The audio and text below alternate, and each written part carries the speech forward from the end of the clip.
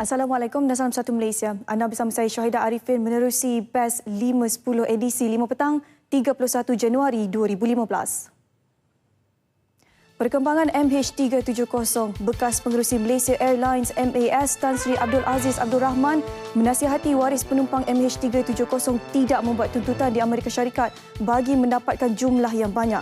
Menurut Tan Sri Abdul Aziz, tuntutan itu mengambil masa lama dan akan merugikan mereka kerana pampasan terhad mengikut kontrak antara penumpang dan MAS semasa pembelian tiket dibuat atau lebih dikenali sebagai Condition of Carries.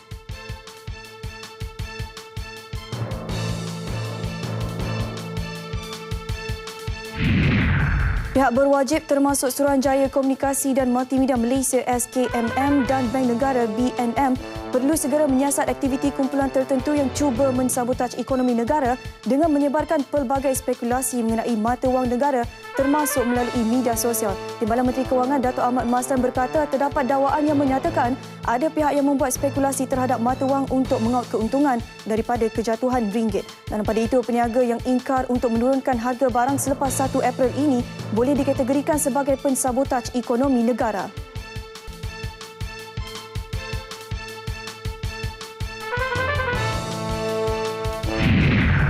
Perkembangan banjir di Sarawak. Jumlah penduduk terjejas meningkat sedikit kepada 58 orang daripada 14 keluarga.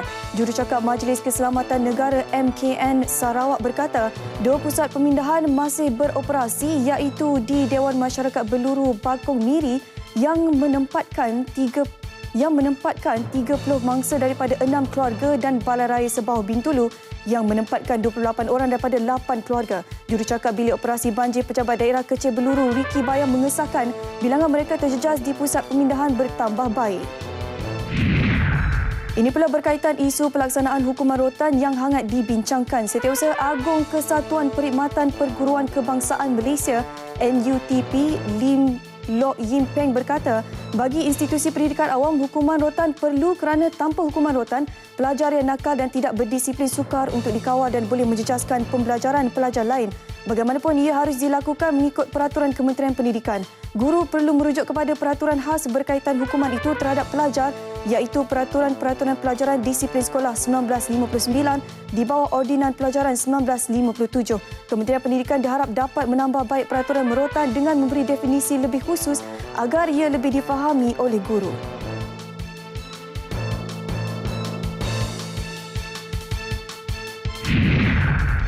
Kerajaan Filipina dan Barisan Pembebasan Islam Moro MILF bersetuju melanjutkan misi pemantauan antarabangsa bagi mengekalkan proses damai di selatan Filipina. Persetujuan dicapai dalam satu mesyuarat khas di antara kedua pihak di Kuala Lumpur 2 hari lalu. Delegasi dari Kerajaan Filipina diketuai oleh Profesor Miriam Corona Ferrer, manakala delegasi MILF diwakili Mohaiger Iqbal sebagai Ketua Perunding Perdamaian. Malaysia menjadi pemudacara bagi mesyuarat ini.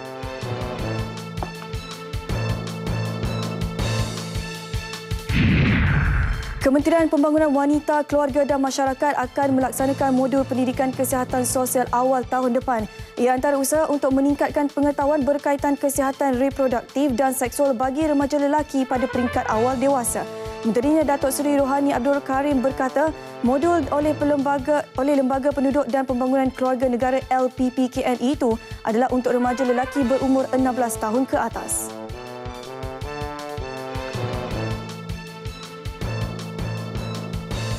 Best 5.10 akan kembali lagi jam 7 dari sekarang, tetapi jangan ke mana-mana kerana Nasional 5 akan menyusul selepas ini bersama Farhatul Asyati Othman. Salam satu Malaysia.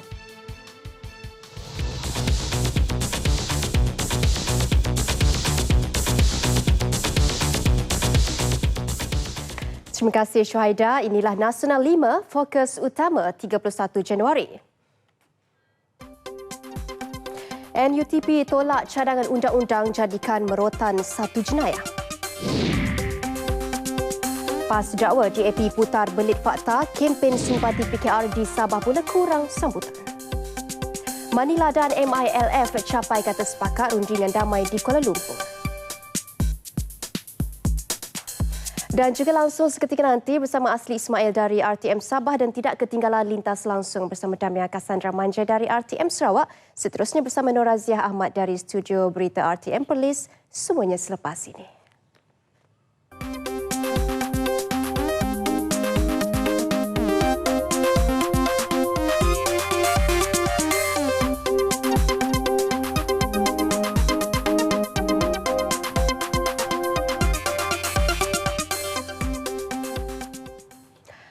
Baik, Nasional 5 dimulakan dengan laporan ini.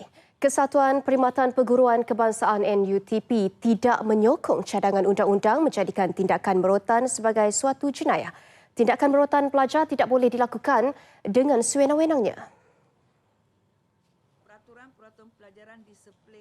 Setiausaha Agungnya Lok Yim Peng menjelaskan setiap hukuman terhadap pelajar perlu mengikuti peraturan-peraturan pelajaran Disiplin Sekolah 1959 di bawah Ordinan Pelajaran 1957.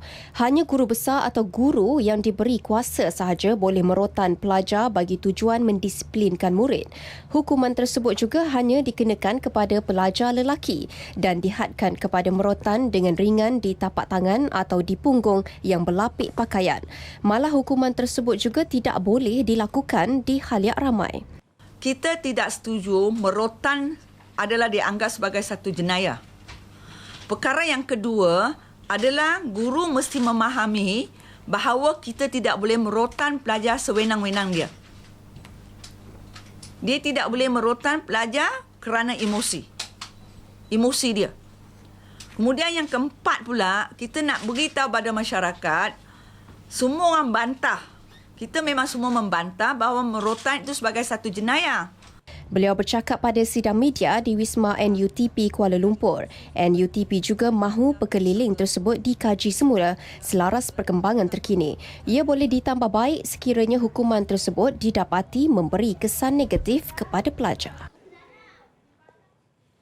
Pengisytiharaan pesawat MH370 sebagai suatu kemalangan dan kesemua 239 penumpang dan anak kapal dianggap terkorban akan membantu waris mangsa mempercepatkan sebarang proses tuntutan.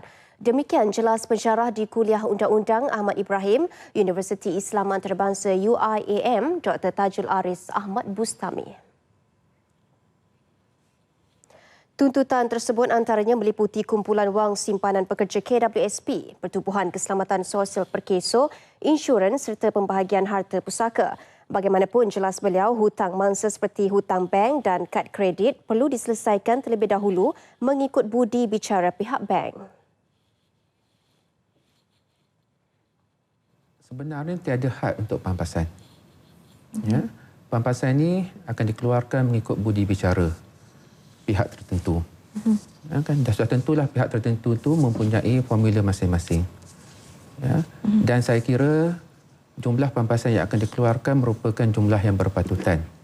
Walau bagaimanapun, jika sekiranya pihak waris merasakan jumlah yang ditawarkan tersebut tidak berpatutan, pihak waris mempunyai hak lain, iaitu untuk menuntut melalui prosedur undang-undang. Beliau berkata demikian ketika ditemu bual dalam program platform yang disiarkan di TV1.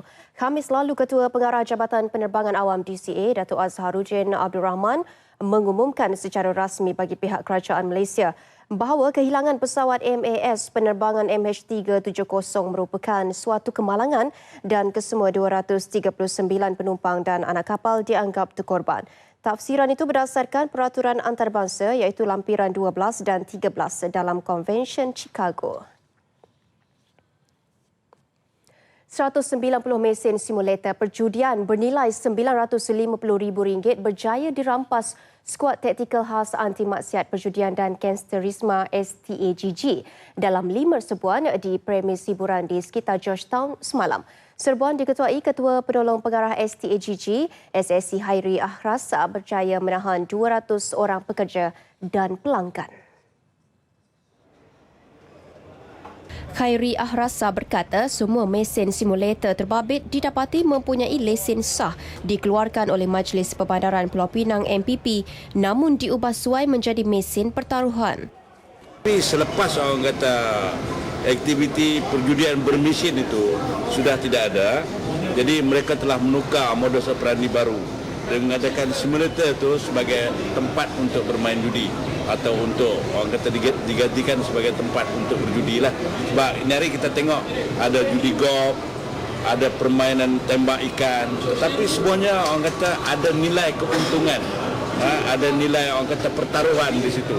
Itu yang kita tarifkan dia sebagai ada unsur-unsur perjudian yang kita sesat. So jangan kaitkan dengan judi bermesin. Sebenarnya judi bermesin dia tidak wujud, dah mati dah. Sekarang dah ada modus operandi baru. Turut dirampas wang tunai serta token bernilai RM60,624. Cubaan sekumpulan lanun merompak sebuah kapal kargo di perairan timur Tanjung Siang, Tanjung Penawar, Johor Khamis lalu gagal selepas kesemua mereka berjaya ditangkap Agensi Penguatkuasaan Maritim Malaysia APMM. Ketika ditahan, 9 lanun warga Indonesia berumur antara 28 tahun hingga 48 tahun terbabit turut didapati memiliki senjata. Antara senjata yang dirampas 3 pistol mainan, 4 parang, 1 tukul besi, 1 kerambit dan sebuah alat satelit. Kapal kargo yang dirompak itu membawa minyak jenis Marine Fuel Oil MFO yang dianggarkan berjumlah RM1 juta. Pengarah Operasi Wilayah Selatan Laksamana Pertama Maritim Ibrahim Muhammad memaklumkan minyak tersebut akan dijual ke pasaran gelap dengan harga kira-kira RM600,000 di sekitar kawasan perairan Indonesia. Nombor dan nama pendaftaran di badan kapal tersebut turut diubah dengan menggunakan cat bagi mengaburi pihak berkuasa. Jelasnya lagi ketika pihaknya menemui kapal dan melakukan pemeriksaan, 7 lanun menyamar sebagai anak kapal tersebut.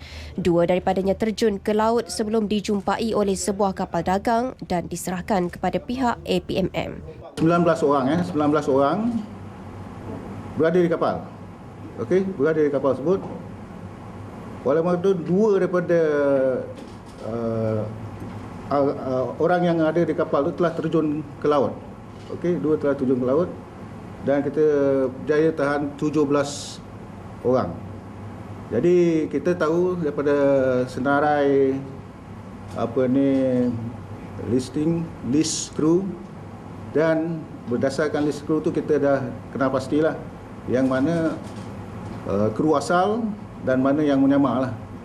Beliau berkata demikian kepada pemberita pada sidang media di Pejabat APMM Daerah Maritim 7 Tanjung Sedili, Kota Tinggi. Kesemua suspek kini ditahan di Pejabat APMM Tanjung Sedili untuk siasatan lanjut. Kes disiasat mengikut Seksyen 395 dan 397 Kanun Kesiasaan Akta 574. Tidak mendapat sambutan. Itu perkataan yang boleh digambarkan terhadap siri pertama jelajah kempen Rakyat Hakim Negara oleh PKR yang diadakan di kediaman Ketua PKR Sabah Datuk Seri Panglima Lajim Ukin di Likas, Kota Kinabalu. Hanya kira-kira 200 orang menghadiri siri jelajah tersebut yang turut dihadiri Datuk Seri Anwar Ibrahim. Kempen berkenaan dilihat lebih menjurus kepada kes fitnah yang melibatkan penasihat PKR terbabit yang akan diketahui 10 Februari ini di Istana Kehakiman Putrajaya. Ini merupakan jelajah pertamanya daripada 10 siri jelajah yang dirancang. Kehadiran yang tidak memperangsangkan itu menunjukkan rakyat di Sabah tidak berminat terhadap kes berkenaan. Dalam pada itu, kemelut antara PAS dan DAP seperti tidak ada kesudahan. Setiausaha Agung PAS Datuk Mustafa Ali mengingatkan pemimpin DAP agar tidak memutarbelitkan fakta dan cuba mengaitkan pihak lain yang tidak ada kena-mengena dengan isu ini. Terbaru, beliau mencabar Setiausaha Agung DAP Lim Guan Eng untuk bersemuka berikutan tuduhan tidak jujur yang dilemparkan Guan Eng. Datuk Mustafa Ali yang ditemui pemberita di Kuala Terengganu malam tadi bertegas pertemuan secara bersemuka penting kerana ia melibatkan soal integriti. Malah beliau mendakwa mempunyai bukti Lim Guan Eng berbohong mengenai isu pilihan raya kerajaan tempatan PBT di Pulau Pinang.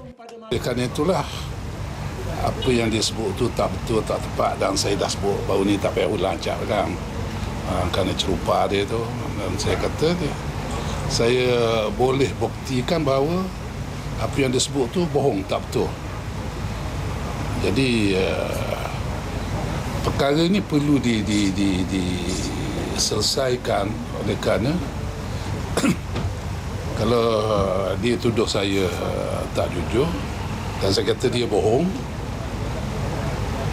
ini melibatkan integriti, dan saya sebut kalau benda ni berterusan begitu, orang yang tak jujur, orang yang bohong tak layak duduk dalam pimpinan tertinggi Pakatan Rakyat. Hubungan kedua-dua parti mulai keruh apabila Presiden PAS Datuk Seri Abdul Hadi Awang membantah tindakan DAP untuk mengadakan pilihan raya PBT. PAS bimbang jika diadakan ia boleh menyebabkan jurang ekonomi antara penduduk bandar dan luar bandar lebih besar dan menimbulkan perasaan tidak puas hati yang mungkin boleh mencetuskan rusuhan. Proses damai di selatan Filipina antara Manila dengan Barisan Pembebasan Islam Moro MILF tidak akan terjejas walaupun berlaku pertempuran yang meragut lebih 60 nyawa kedua-dua pihak di Mamasapano Town, Maguindanao 25 Januari lepas. Kedua-dua pihak juga bersetuju untuk melanjutkan misi pemantauan oleh pasukan pemantauan antarabangsa IDB yang disertai bersama Malaysia selain Brunei dan Norway sehingga Mac tahun depan. Dua perkara tersebut antara kesepakatan yang berjaya dicapai antara kedua-dua pihak yang menghadiri mesyuarat khas panel 2 hari lalu di Kuala Lumpur. Perkara itu antara yang dimuktamadkan dan ditandatangani di bawah protokol mengenai pelaksanaan terma rujukan Badan Penyahtahuliahan Bebas IDB di hadapan Pemudacara Malaysia Tengku Datuk Abdul Ghaffar Tengku Muhammad yang merupakan bekas Ketua Pengarah Majlis Keselamatan Negara serta pengerusi IDB Heidelberg. Delegasi daripada Kerajaan Filipina diketuai pengerusi panel Profesor Miriam Coronel Farah, manakala delegasi MILF diwakili Mohagar Iqbal sebagai Ketua Perunding Perdamaian. This is not the first ugly turn we endured in this difficult journey to peace in Mindanao, to peace in our country. But we want it to be the last. In this regard, we are exerting all efforts to continue on with the road to peace. Peace with our brothers and sisters in Mindanao, to achieve peace through peaceful means with our brothers and sisters in the Moro Islamic Liberation Front, as we have set out to do in our negotiations and now in the implementation of the comprehensive agreement on the Bangsamoro. Sementara itu, Ketua Delegasi MILF, Mohagar Iqbal menegaskan barisan itu sentiasa komited dalam menjayakan proses damai berkenaan dan sudah bersedia untuk meletak senjata bagi menjamin kepada kelancaran proses damai tersebut. Ujar beliau, insiden pertempuran yang berlaku di Mamasapano, Maguindanao itu bukan bertujuan untuk mencetuskan konflik antara MILF dengan kerajaan Filipina. Sebaliknya, hanya sebuah operasi pencegahan aktiviti militan di kawasan berkenaan. To the MILF, decommissioning is not only an emotional issue. It is an ultimate sacrifice. It is also so sensitive that almost a taboo to discuss.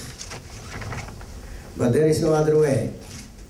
There is no escaping that the decommissioning of MILF weapons and combatants and put them beyond use have to be undertaken by the MILF as part of the comprehensive normalization process. Dalam pada itu, pengerusi Badan Penyahtahuliahan Bebas IDB, H.E. Heidelberg menjelaskan kejayaan proses damai antara MILF dengan kerajaan Filipina disebabkan oleh kedua-dua pihak secara bersama sukarela dan sepakat untuk mengembalikan keamanan di wilayah bergolak berkenaan. Malah komitmen yang jitu dan kesediaan untuk bekerjasama rapat kedua-dua belah pihak kepada proses tersebut turut menjadi pemangkin kepada kejayaan.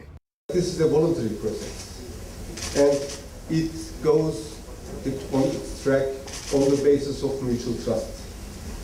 And we are also counting on the strong cooperation as IDB from both sides. And therefore, this is how it will go. And without that cooperation, of course, without that trust, normally what has been achieved up to now could not be achieved. Perjanjian damai awal yang ditandatangani di Istana Malacanang, Manila pada 15 Oktober 2012 bagi mewujudkan satu entiti autonomi politik dinamakan Bangsamoro. Ia bagi menggantikan Wilayah Autonomi Islam Mindanao ARMM yang disifatkan sebagai satu eksperimen yang gagal oleh Presiden Filipina Benigno Aquino III.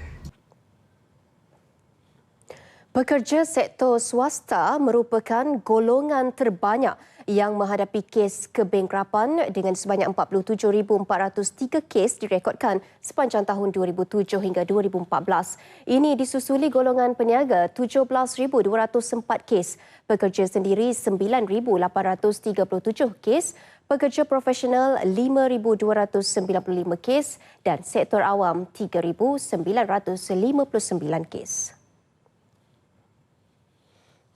Menurut Menteri di Jabatan Perdana Menteri Nancy Shukri, dalam kategori negeri, Selangor mencatat kes bankrupt tertinggi iaitu 6,668 kes daripada 22,305 kes yang direkodkan di seluruh negara sepanjang tahun lepas. Kes bankrupt dilihat ketara sejak tahun 2007 dengan 13,238 kes direkodkan. Pada tahun 2008, kes meningkat kepada 13,855 dan pada tahun 2009 sebanyak 16,228 kes. Antara punca bankrupt ialah kes sewa beli kenderaan yang meningkat dengan ketara sejak tahun 2007 hingga tahun 2014 sebanyak 39,082 kes. Buku panduan harga pengguna PHP melibatkan 500 barangan terpilih yang bakal diedarkan ke seluruh negara dalam masa terdekat dilihat mampu membantu pengguna membuat pilihan bijak selain mengelak ditipu peniaga yang tidak bertanggungjawab. Menurut Timbalan Menteri Perdagangan Dalam Negeri, Koperasi dan Kepenggunaan, Datuk Seri Ahmad Bashar Mat Hanifah, buku panduan yang memaparkan perbandingan harga barangan keperluan asas sebelum dan selepas pelaksanaan cukai barang dan perkhidmatan GST itu dapat membantu pengguna membuat perbandingan harga. Harga ini kita sebut panduan untuk memudahkan pengguna untuk membuat panduan pembelian barang-barang harga yang dah kita bagi. Jadi kalau sekiranya bukan harga ni mesti tetap pada harga yang ditetapkan. Jadi ini garis panduan. Sebab itu kita kata panduan. Bukan harga skim kawalan harga ni yang tu tetap. Dia tak boleh. Yang ni panduan harga pengguna. Jadi dia kena bijak. Kalaulah kata kedai-kedai itu jual lebih daripada harga ni, dia boleh tak beli situ, dia cuba dapat pada kedai-kedai lain. Beliau ditemui selepas menghadiri majlis penyerahan bantuan sekolah di Pusat Khidmat Adun Bakar Bata di Alustar. Kenaikan harga barang boleh berlaku sekiranya bekalan kurang daripada permintaan, namun peniaga juga perlu memastikan kenaikan harga yang dikenakan itu adalah munasabah. Jelas Datuk Seri Ahmad Bashar, barangan yang sukar diperolehi juga berkemungkinan akan dijual lebih mahal. Namun jika kenaikannya hanya 20 sen, ia masih boleh diterima. Sekiranya melebihi harga yang telah dipamerkan dalam buku panduan dengan tidak munasabah, peniaga boleh dikenakan tindakan undang-undang di bawah Akta Kawalan Harga dan Anti Pencatutan 2011. Pengedaran buku PHP akan dibuat ke seluruh negara secara percuma kepada semua Jawatankuasa Kemajuan dan Keselamatan Kampung JKKK. Bank Simpanan Nasional BSN menyasarkan 3.1 bilion ringgit jumlah simpanan sijil simpanan premium SSP bagi tahun ini. Timbalan Ketua Pegawai Eksekutif Sokongan Korporatnya Ahmad Latfan Muhammad Amran berkata ia bakal dicapai melalui beberapa pembaharuan. Antaranya mewujudkan cabutan mingguan yang diadakan 2 kali seminggu dan hadiah baharu kereta Pro 2 Azia bagi cabutan tempatan. Selain itu, BSN turut melancarkan kempen 10 Power yang menggalakkan orang ramai menyimpan dengan jumlah permulaan RM10. In BSN, you invest RM10. Even though if you did not win the prizes, you still have the RM10 with you. And on top of that, you still get the dividend at the end of the year. So it is a very good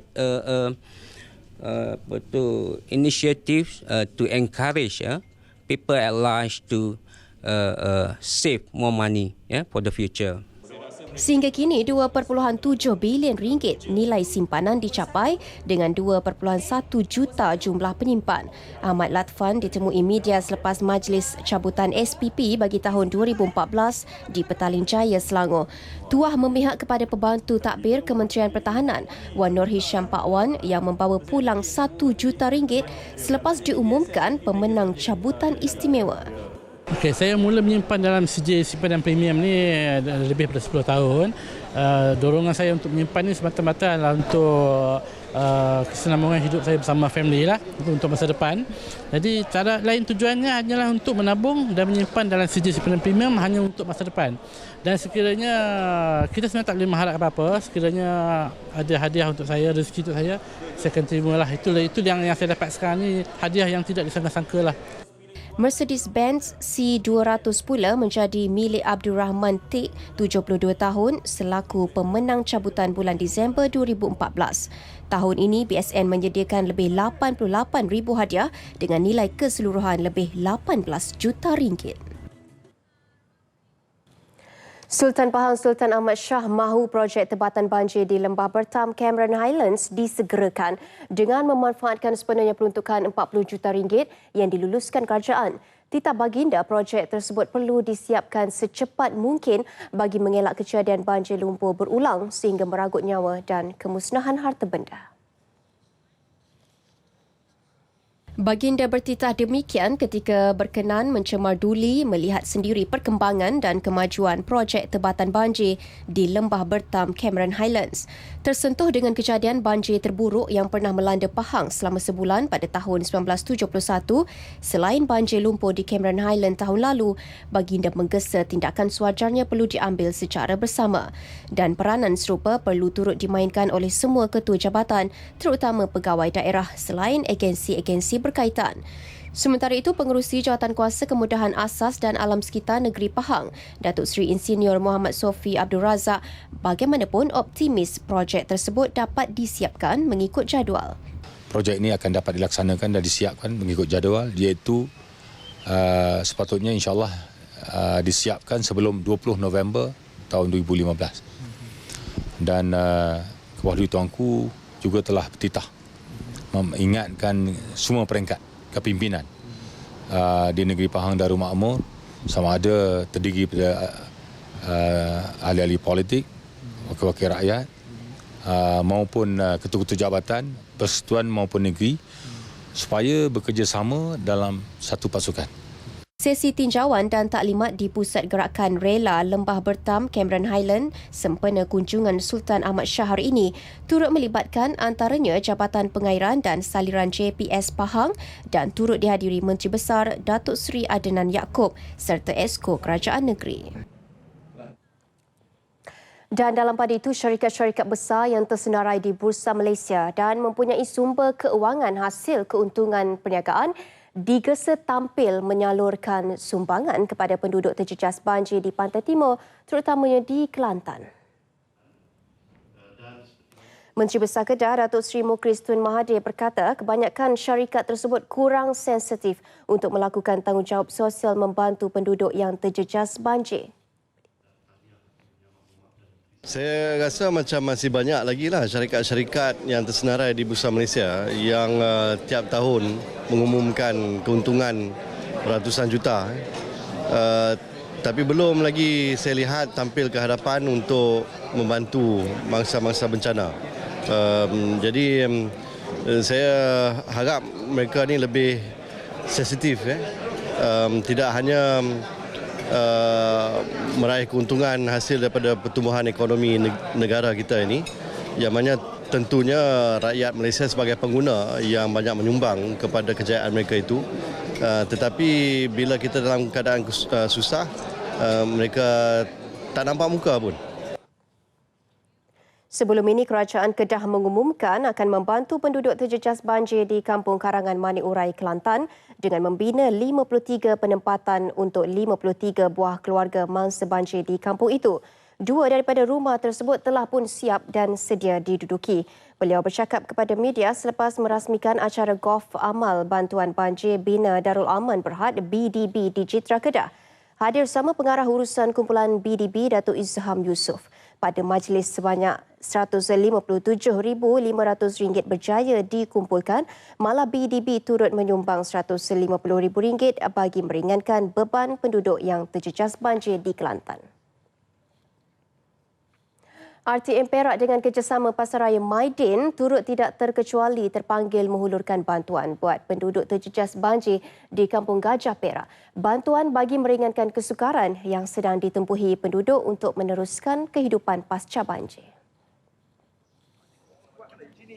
Konvoi penghantaran disertai 30 peserta ke Kampung Teluk Memali, Kampung Gajah, antara kawasan yang teruk terjejas akibat banjir. Bantuan disampaikan Timbalan Pengarah Penyiaran Negeri Perak, Zazmi Muhammad Zain, kepada Ahli Dewan Undangan Negeri Adun Kampung Gajah, Abdullah Fauzi Datuk Ahmad Razali. Hadir sama Pengurus Jualan Maidin Meru Raya, S. Nata Kumar. Ketika ditemui, Abdullah Fauzi berkata bantuan pasca banjir yang diterima penduduk berterusan dan melimpah ruah bukan sahaja dari segi keperluan harian tetapi kelengkapan rumah. Saya mengucapkan jutaan terima kasihlah di atas keprihatinan RTM Negeri Perak FM dan Maidin kerana hadir ke Kampung Teluk Memali ini untuk menyampaikan sumbangan kepada mangsa-mangsa banjir di kawasan ini. Kawasan ini adalah kawasan yang paling teruk sekali lah, ya, walaupun dia di akhir banjirnya dan dia pula juga di akhir pemindahan. Bantuan yang disalurkan RTM Perak berupa pakaian dan wang tunai hasil daripada sumbangan kaki tangan yang dikumpulkan sejak 2 minggu lalu. Manakala pihak Maidin menyumbangkan bantuan dari segi keperluan harian. Terdahulu RTM Perak turut menyertai program derma darah di Hospital Raja Permaisuri Bainun HRPB Ipoh bagi menambah bekalan tabung darah bagi mereka yang memerlukan akibat bencana. Start pada Sabtu lepas, kita datang hampir dekat 1,000 orang lebih yang datang masuk ke kampung ni untuk menyuci 53 buah rumah di sini. Setelah kita start pada 7 hari bulan pasca banjir ni, kita start pada 7 hari bulan. Sampai sekarang dan kita masih menunggu ada sukarelawan daripada UM, dia akan datang bersama medik, ambulan daripada Universiti Melaya. Mereka akan masuk ke setiap kampung dan memberi rawatan percuma kepada setiap kampung yang terlibat lah. Kampung Teluk Memali dihuni 221 penduduk melibatkan 53 keluarga.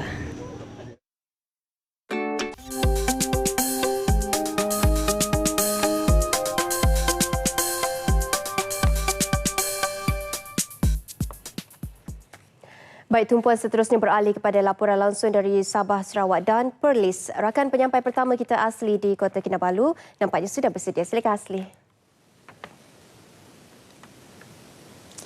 Terima kasih Farhatul di Angkasa Puri. Assalamualaikum dan salam satu Malaysia.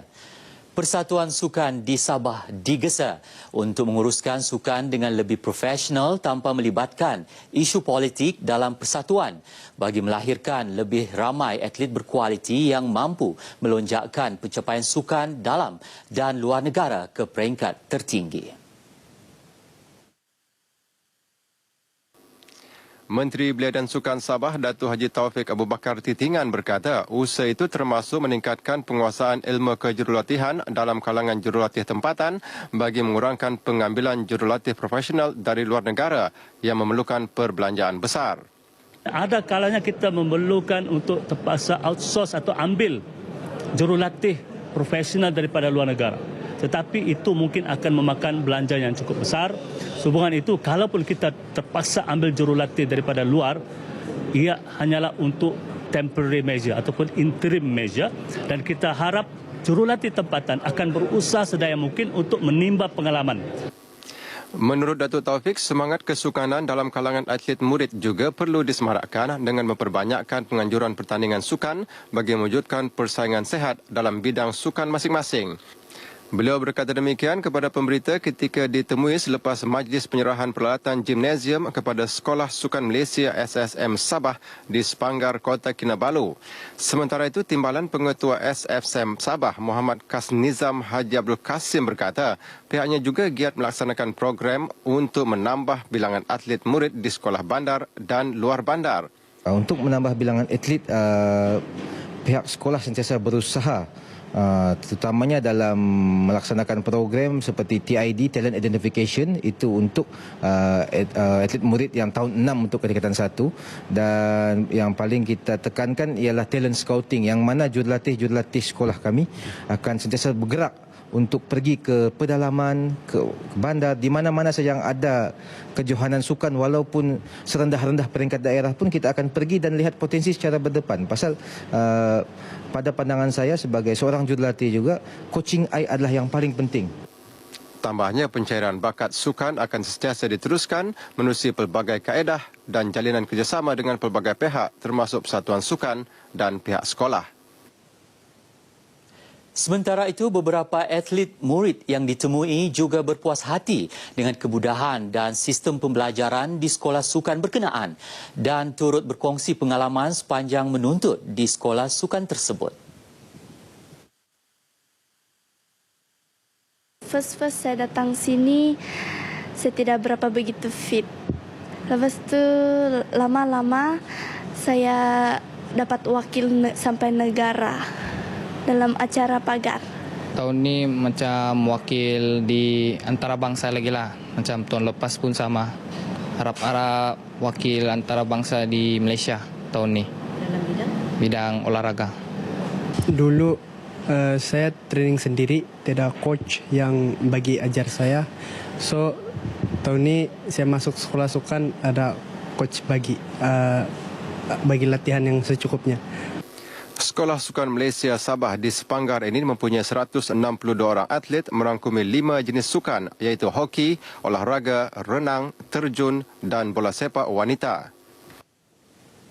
Sebagai peneraju penerbangan jarak dekat, Maswings bukan sahaja berperanan sebagai penghubung kepada penduduk, malah sebagai ejen untuk merancangkan industri pelancong di Sabah dan Sarawak.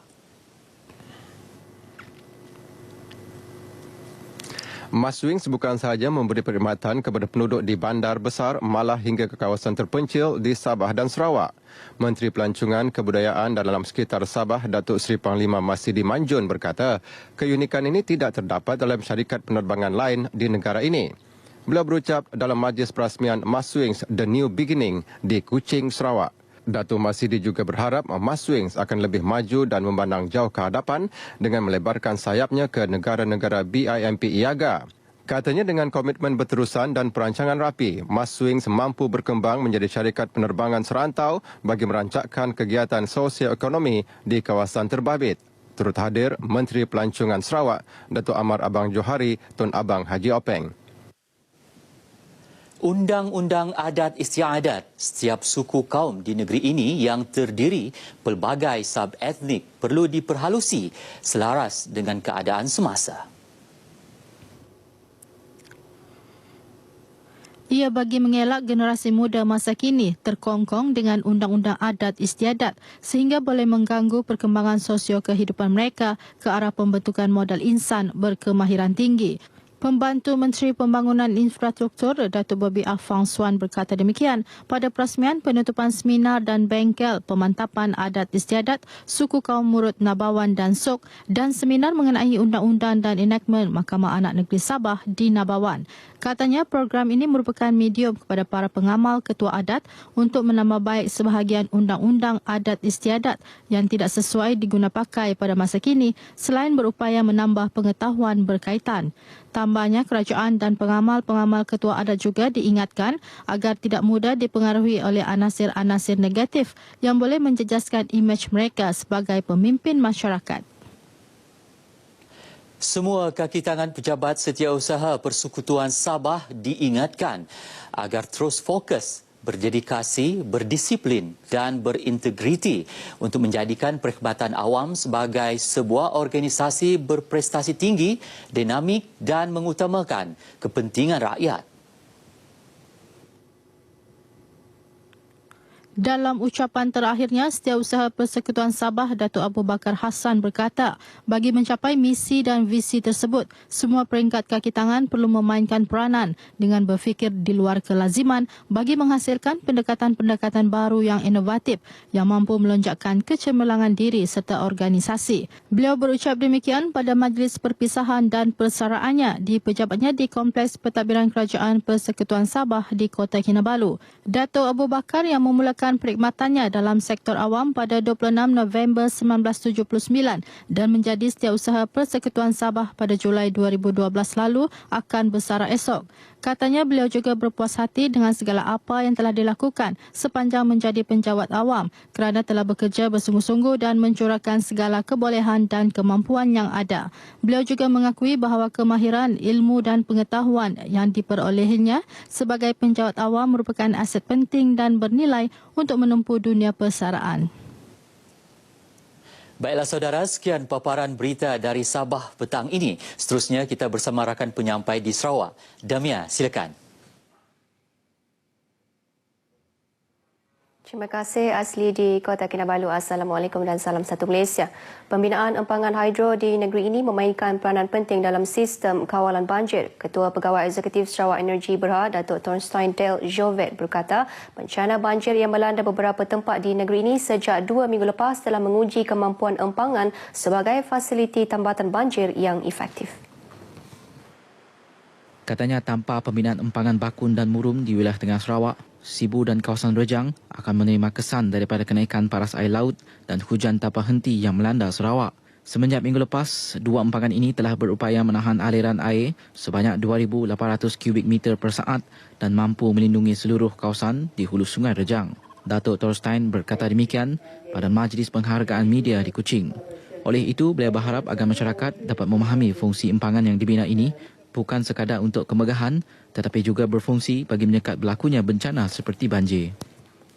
Pertubuhan Kebajikan Islam Malaysia Perkim Sarawak perlu mewujudkan jalinan kerjasama yang erat dengan agensi-agensi kerajaan, pertubuhan-pertubuhan bukan kerajaan NGO dan badan-badan korporat dalam menjalankan kerja-kerja kebajikan.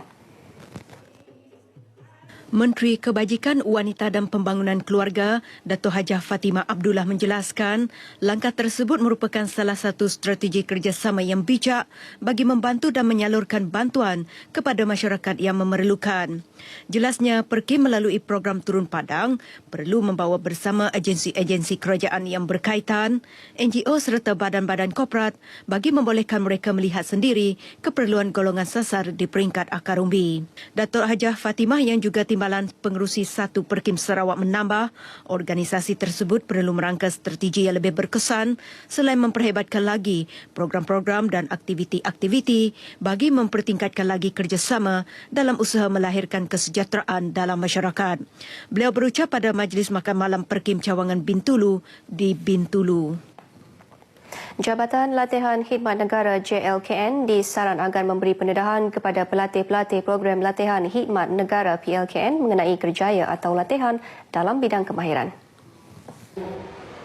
Menyatakan saranan itu, Menteri Muda di Pejabat Ketua Menteri Promosi Pendidikan Teknikal Datuk Len Talif Saleh memberitahu pendedahan itu penting supaya golongan belia dapat membuat keputusan yang lebih tepat dalam menentukan hala tuju kerjaya mereka pada masa hadapan.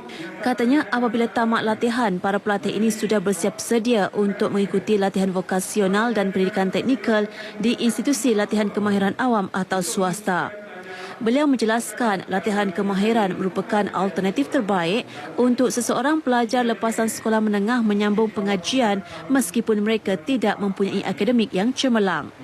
Kini peluang pekerjaan yang banyak diwujudkan lebih kepada bidang tenaga kerja mahir. Oleh yang demikian, para pelatih PLKN harus merebut peluang yang disediakan oleh kerajaan ini dan mengubah tanggapan serta minda mereka untuk bekerja makan gaji semata-mata. Datuk Len Talif Saleh berkata demikian semasa merasmikan modul khidmat komuniti program latihan khidmat negara PLKN dan Hari Pendidikan Teknikal dan Latihan Vokasional TVET bagi kumpulan 1 peringkat negeri Sarawak 2015 di kem latihan khidmat negara Putra Sentosa di Sematan. Dalam pada itu, beliau memberitahu Kerajaan Negeri Sarawak melalui Unit Pembangunan Tenaga Kerja Jabatan Ketua Menteri dan Tabung Ekonomi Gagasan Anak Bumi Putera Sarawak tegas akan terus mempromosikan TVET ke seluruh negeri bagi menyebar maklumat mengenai peluang pendidikan, latihan, kerjaya dan bantuan keuangan sebagai salah satu aktiviti tetap kem PLKN. Tambahnya, meskipun program PLKN ini akan ditangguhkan pada tahun ini, kerajaan negeri berhasrat untuk menjalinkan kerjasama dengan pihak JLKN sekiranya program itu disambung semula pada masa akan datang. Pekerja-pekerja ladang kelapa sawit di kawasan Jalan Bintangor, Sibu gempar apabila seekor haiwan yang tidak diketahui spesiesnya muncul di hadapan mereka. Menurut salah seorang pekerja, haiwan itu datang secara tiba-tiba semasa mereka sedang bekerja dalam ladang kelapa sawit tersebut. Katanya ia berlari meluru ke arah sekumpulan pekerja tersebut seolah-olah mahu mencederakan mereka dengan kukunya yang tajam. Bimbang keselamatan mereka terancam, salah seorang pekerja ladang bertindak memukul haiwan tersebut hingga pengsan. Namun setelah haiwan tersebut sedar semula, ia dihalau kembali ke habitatnya tanpa dicederakan lagi. Mereka memberitahu ini merupakan kali pertama haiwan yang pelik kelihatan dalam kawasan ladang tersebut. Meskipun begitu, mereka berpendapat haiwan tersebut lebih menyerupai seekor beruang tua yang sedang mengalami masalah keguguran bulu. Yayasan Pelajaran Mara atau YPM menyediakan pelbagai skim bantuan persekolahan kepada pelajar Bumiputra yang kurang berkemampuan untuk membiayai keperluan dan perbelanjaan persekolahan harian mereka. Pengurus Pentadbiran dan Sumber Manusia YPM Muhammad Amran Muhammad Arifin berkata, skim bantuan tersebut termasuk beasiswa kecil pendidikan, bantuan persekolahan secara one-off dan bantuan pengajian tinggi. Selain itu, YPM turut memperkenalkan konsep keluarga angkat anak angkat dengan keluarga angkat berperanan sebagai mentor untuk menjadi perangsang kepada pelajar terbabit untuk mencapai kejayaan. Untuk itu, beliau mahu guru-guru besar di negeri ini supaya memainkan peranan mereka untuk mengenal pasti pelajar-pelajar yang berkelayakan untuk disenaraikan bagi menerima skim bantuan persekolahan YPM. Ini penting katanya bagi memastikan mereka yang layak tidak tercicir, bagi membolehkan mereka meneruskan pendidikan atau pengajian tinggi tanpa dibelenggu oleh masalah keuangan. Muhammad Amran berkata demikian dalam ucapan aluannya pada program Back to School, iaitu penyampaian bantuan persekolahan kepada 200 pelajar sekolah rendah dan menengah dari Dun Samariang di Kuching.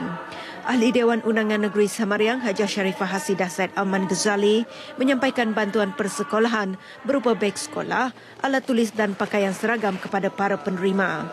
Dalam ucapannya, Hajah Sharifah Hasidah berkata, skim bantuan persekolahan yang disediakan YPM telah memberikan banyak manfaat kepada pelajar yang kurang berkemampuan. Baik, saudara, dengan itu sekian laporan berita dari Sarawak untuk Lintas Langsung Nasional 5 petang ini dan seterusnya kita bersama Nur Raziah di Perlis.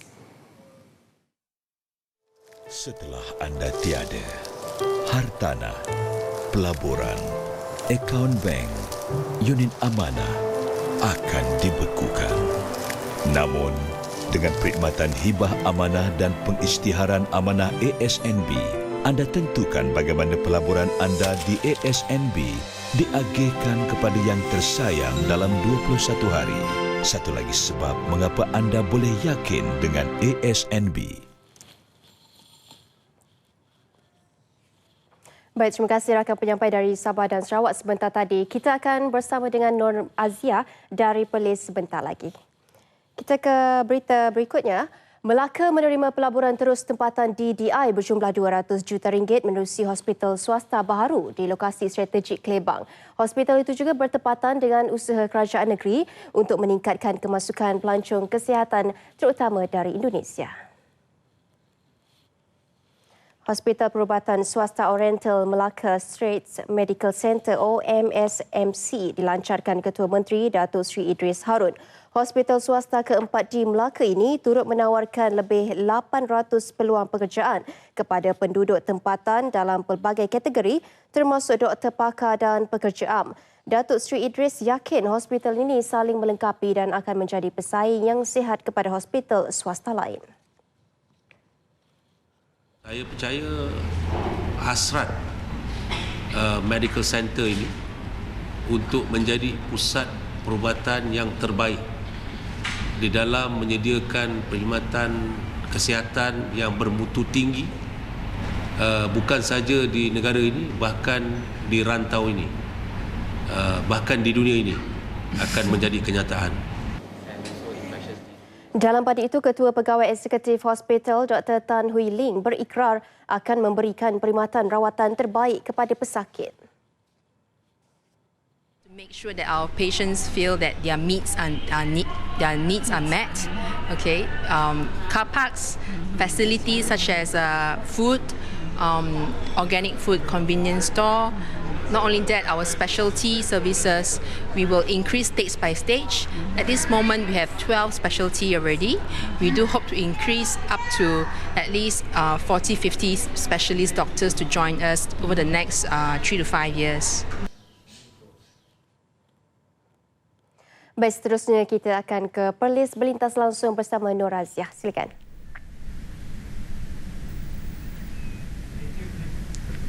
Terima kasih rakan penyampai di Angkasa Puri. Assalamualaikum dan salam satu Malaysia. Bersama saya Nur Raziah Ahmad langsung dari RTM Perlis. Golongan pesawah di Perlis membantah had minimum potongan hasil jualan padi oleh Pusat Belian Padi PBP dianggap merugikan mereka. Pesawah di negeri ini mengeluh kerana peratus potongan itu dinaikkan kepada 20% berbanding awal tahun lepas yang hanya dihadkan kepada 17%. Kenaikan had potongan hasil jualan padi itu dipercayai berkaitan dengan penyelarasan harga padi kepada RM1,200 setiap tan yang diumumkan pada Mac tahun lalu. Sungguh kecewa lah, padi saya potong 32 kilo kerana keadaan sekarang ni kos amat tinggi. Saya nak kena bayar kos yang lain. Seperti mesin padi, padi benih, traktor. Saya nak tunggu nak belanja selama 5 bulan kos. Sekarang padi potong tak menentu. Dulu kita potong 17, harga 1,100. Padi tak elok potong 18 kilo saja. Sekarang harga 1,200. Potong tak menentu sampai 32 kilo apa dia. Beban nasib kami macam ni. Kami minta pihak Bernah dan Menteri Pertanian pantau semua pihak kami yang di bawah ni. Macam ni teruklah. Sampai 5 bulan kami nak makan apa sekarang ni. Sebelum ini, PBP membeli padi pada harga yang tidak seragam di antara negeri Selangor, negeri-negeri di utara dan pantai timur. Potongan setengah tu padi tak batuk sangat. Potong sampai 21. Lepas tu kita dengar mereka kata apa? Pernah keluar kata nak potong 20. PP jual sampai 22, 23. Kita minta bagi semua untuk apa tani kan, bagilah potong rendah harga padi, bagi tinggi sikit baru ada pak tani ni nak maju sikit. Ni lah tak ada lah, duduk susah lagu tu lah sampai ketua. Lepas tu kalau kata benda ni kalau kata nak berhenti mati ya, baru nak berhenti. Kalau tidak kami duk buat juga murah mahal, kami buat jugalah, nak buat kena dah buat benar. Bagi pesawah, walaupun harga padi dinaikkan kepada RM1,200 setan, namun ia tidak memberi makna kepada mereka kerana potongan hasil jualan minimum yang turut meningkat menyebabkan kerugian mereka bertambah. Ini kerana kos untuk penanaman padi juga turut meningkat. Para pesawah menganggap pengilang beras mengambil kesempatan ke atas mereka dengan mengenakan potongan hasil jualan padi yang lebih tinggi.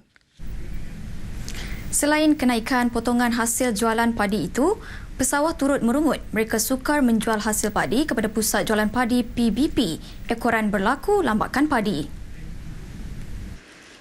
Lambakan padi berlaku disebabkan daripada kelewatan petani menanam akibat cuaca yang tidak menentu. Justru pesawah khawatir padi yang terlalu masak tidak dapat dituai dan menjejaskan kualiti padi mereka. Ahli Parlimen Kanga Aisyarudin Ismail turun padang meninjau permasalahan tersebut. Tapi apabila saya hadir sendiri ke kilang swasta di Simpang 4, pusat belian Bernah di Simpang 4, jadi saya nampak keadaan sebenar. Sebenarnya di sini terdapat lebih kurang 8,000 tan beras yang telah siap diproses dan ada yang beras ni daripada 2 tahun yang lepas pun ada. Tapi persoalannya kenapa beras ni tak keluar daripada gudang. Sebab kalau saya tengok di sini kita dahlah tidak mencukupi bekalan beras, terpaksa mengimport. Tapi kenapa beras dibiarkan rosak begitu saja? Jadi saya berharap pihak-pihak yang berkenaan supaya mengeluarkan beras-beras yang ada di sini masuk ke pasaran supaya kilang padi yang ada di sini dapat membeli padi yang baru masak.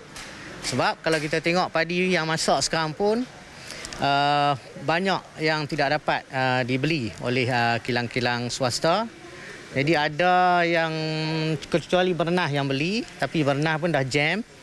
Tambahnya, beliau turut menggesa pihak kawal selia padi dan beras menyiasat dan menyelesaikan perkara ini dengan kadar segera. Saya tak boleh nak komen faktor dia tak ambil ni kerana beras ni adalah milik Bernas. Sepatutnya dia yang ambil lah. Beras ni bukan milik. Beras ni adalah beras yang kita dah invoicekan kepada pihak Bernas. Jadi Bernas menjadi milik Bernas di bawah tanggungjawab kita lah. Kejadian seperti ini bukan sahaja menjejaskan sumber makanan negara, malah sumber pendapatan pesawah juga turut terjejas. Apatah lagi mereka hanya mengharapkan pendapatan dengan hasil tuaian selama 5 bulan. Melihat kepada lambakan padi yang berlaku di negeri ini, Menteri Besar Datuk Seri Azlan Man mencadangkan agar stok simpanan bekalan padi diwujudkan untuk kegunaan ketika luar musim. Ia sebagai penyelesaian jangka panjang dan seterusnya mengelakkan masalah itu berulang sehingga merugikan para pesawah. Jelas Datuk Seri Azlan, mekanisme tersebut turut dipraktikkan oleh negara maju bagi menjamin bekalan makanan sentiasa mencukupi selain mampu mengawal harganya. Satu mekanisme diwujudkan iaitu stockpiling, di mana dia ada satu organisasi, satu entiti yang akan membeli semua, macam dalam kes kita ni beras lah. Beras ni, padi ni akan dibeli dan diletakkan di satu tempat. Dan bila di luar musim, barulah dia dikeluarkan untuk dijual kepada para pemborong ataupun para peruncit-peruncit dan sebagainya. Jadi saya rasa satu penyelesaian jangka panjang perlu dicari. Dia tidak boleh dalam bentuk firefighting. Beliau akan meminta pengerusi Jawatan Kuasa Pertanian dan Industri Asas Tani Perlis membawa cadangan tersebut untuk dipertimbangkan di peringkat persekutuan bagi membolehkan satu dasar jangka panjang diambil.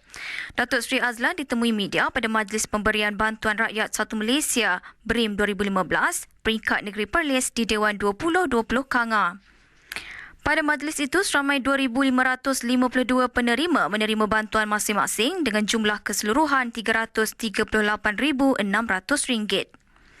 Mereka adalah daripada 53,000 penerima BRIM di Perlis. Golongan muda perlu sentiasa berusaha memantapkan kekuatan mental dan fizikal serta mengutamakan nilai-nilai murni bagi membentuk sahsiah diri yang kental. Raja Muda Perlis Tuanku Said Fazzuddin Putra Jamalullah bertitah, ciri-ciri itu akan meletakkan mereka pada landasan betul dan bersedia menjadi generasi bertanggungjawab dan dapat menyumbang dengan produktif kepada pembangunan negara. Titah baginda generasi muda yang bertanggungjawab akan berusaha meningkatkan sokongan terhadap kerajaan dalam memajukan negeri dan negara. Ini bermakna golongan muda perlu meletakkan diri mereka dalam arus yang betul supaya pelibatan mereka dalam proses dan aspek pembangunan berjalan seiring. Tuanku Said Fazzuddin melancarkan program Gotong Royong dan Kayuhan Diraja 2015 bertemakan kasih rakyat menjunjung duli di Taman Bunga Kertas Tuanku Lailatul Syahrin Akasha Khalil di Kanga. Berangkat sama Raja Pemuda Perlis Tuanku Hajah Lailatul Syahrin Akasha Khalil. Turut hadir Menteri Besar Datuk Seri Azlan Man. Sebelum kayuhan yang disertai 200 peserta bermula, baginda berdua dan para peserta menceriakan taman itu dengan menanam 300 pokok bunga kertas. Dalam kayuhan sejauh 14 km itu, baginda dan peserta singgah di beberapa tempat termasuk di 3 rumah asnaf terpilih untuk menyampaikan sumbangan serta gelanggang bola keranjang dan futsal bagi mendekati golongan belia. Berita itu tadi mengakhiri sumbangan dari Perlis petang ini. Teruskan bersama Nasional 5 kembali ke Angkasa Puri bersama Farhatul. Silakan. Baik, terima kasih Norazia. Sekali lagi tumpuan Nasional 5. NUTP tolak cadangan undang-undang jadikan merotan satu jenayah. Pas dakwa DAP putar belit fakta, kempen simpati PKRD Sabah pula kurang sambutan. Manila dan MILF capai kata sepakat rundingan damai di Kuala Lumpur. Baik, sekian Nasional 5, 31 Januari 2015. Ikuti laporan meteorologi selepas ini. Saya Farhatul Asyati Osman. Assalamualaikum dan salam satu Malaysia.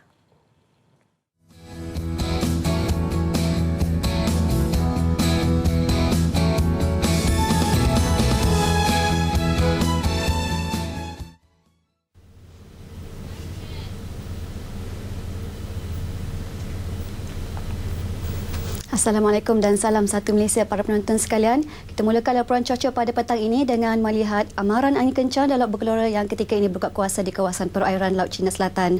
Ketika ini amaran laut kategori kedua dikuatkuasakan untuk kawasan-kawasan perairan yang terdedah kepada tiupan angin kencang timur laut sekitar kelajuan 50 ke 60 km sejam dengan ombak boleh mencapai ketinggian 15 kaki. Kawasan-kawasan perairan berkenaan adalah kawasan perairan Condor, Reef North, Layang-Layang dan juga Palawan.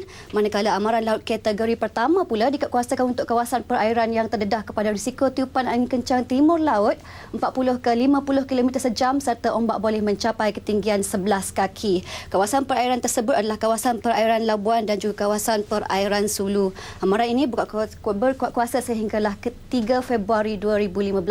Kawasan-kawasan perairan ini bermasa ini adalah berbahaya kepada aktiviti rekreasi pantai dan sukan pantai, malah kawasan yang berwarna jingga juga turut berbahaya kepada aktiviti perkhidmatan feri.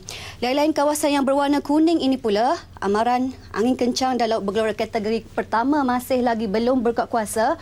Berikutan tiupan angin di kawasan perairan hari ini masih lagi sekitar 20 ke 30 km sejam. Bagaimanapun menjelang pada hari esok, tiupan angin di kawasan berkenaan diramalkan akan sedikit meningkat sehingga boleh mencapai kelajuan 40 ke 50 km sejam. Berikutan dengan itu, amaran awal telah pun dikeluarkan yang mana amaran ini akan berkuat kuasa bermula hari esok juga sehingga ke 3 Februari nanti. Untuk tinjauan keadaan cuaca semasa pula, keadaan cuaca cerah sedang berlaku di hampir ke semua negeri. Hanya hujan sementara berlaku di 1-2 kawasan melibatkan pedalaman negeri Perak dan juga melibatkan 1-2 kawasan di negeri Selangor. Bagaimanapun akan reda sepenuhnya dalam jangka masa kurang daripada 1 jam. Menjelang pada sebelah malam nanti, keadaan cuaca tidak hujan diramalkan berlaku untuk keseluruhan negeri. Untuk negeri Sarawak pula, nasihat hujan lebat peringkat kuning telah pun dikeluarkan untuk bahagian Kuching, Semarahan, Sibu, Mukah, Sarike dan juga Betong. Dengan hujan sejap-sejap kadangkala sederhana lebat diramalkan akan berlaku bermula hari ini. Melalui tinjauan cuaca di paparan imej radar juga menunjukkan hujan berkenaan telah pun berlaku sejak daripada pagi tadi bagi kawasan-kawasan yang telah pun dikeluarkan nasihat hujan lebat ini. Berikutan dengan itu, penduduk-penduduk di bahagian-bahagian yang terlibat dinasihatkan agar lebih bersedia bagi menghadapi keadaan cuaca lembap ini yang diramalkan akan berlaku secara sekejap-sekejap dan berterusan sehinggalah ke 2 Februari nanti. Lain-lain kawasan untuk negeri Sarawak ketika ini keadaan cuaca cerah di kebanyakan bahagian. Hanya bahagian Limbang dan juga 1-2 tempat di bahagian Miri mengalami ribut petir di 1-2 tempat. Dijangkakan akan reda menjelang pada awal malam. Untuk negeri Sabah pula, hujan dan ribut petir berlaku melibatkan kawasan pedalaman Sandakan, Pantai Barat, Kudat dan juga bahagian pedalaman termasuk juga wilayah Persekutuan Labuan dan memandangkan kelompok awan hujan ini diramalkan akan bergerak keluar ke arah kawasan perairan. Hujan di bahagian pedalaman, Pantai Barat dan juga wilayah Persekutuan Labuan diramalkan akan berterusan sehinggalah ke malam nanti. Begitu juga dengan hujan turut diramalkan berlaku pada sebelah malam untuk bahagian Limbang dan juga bahagian Miri.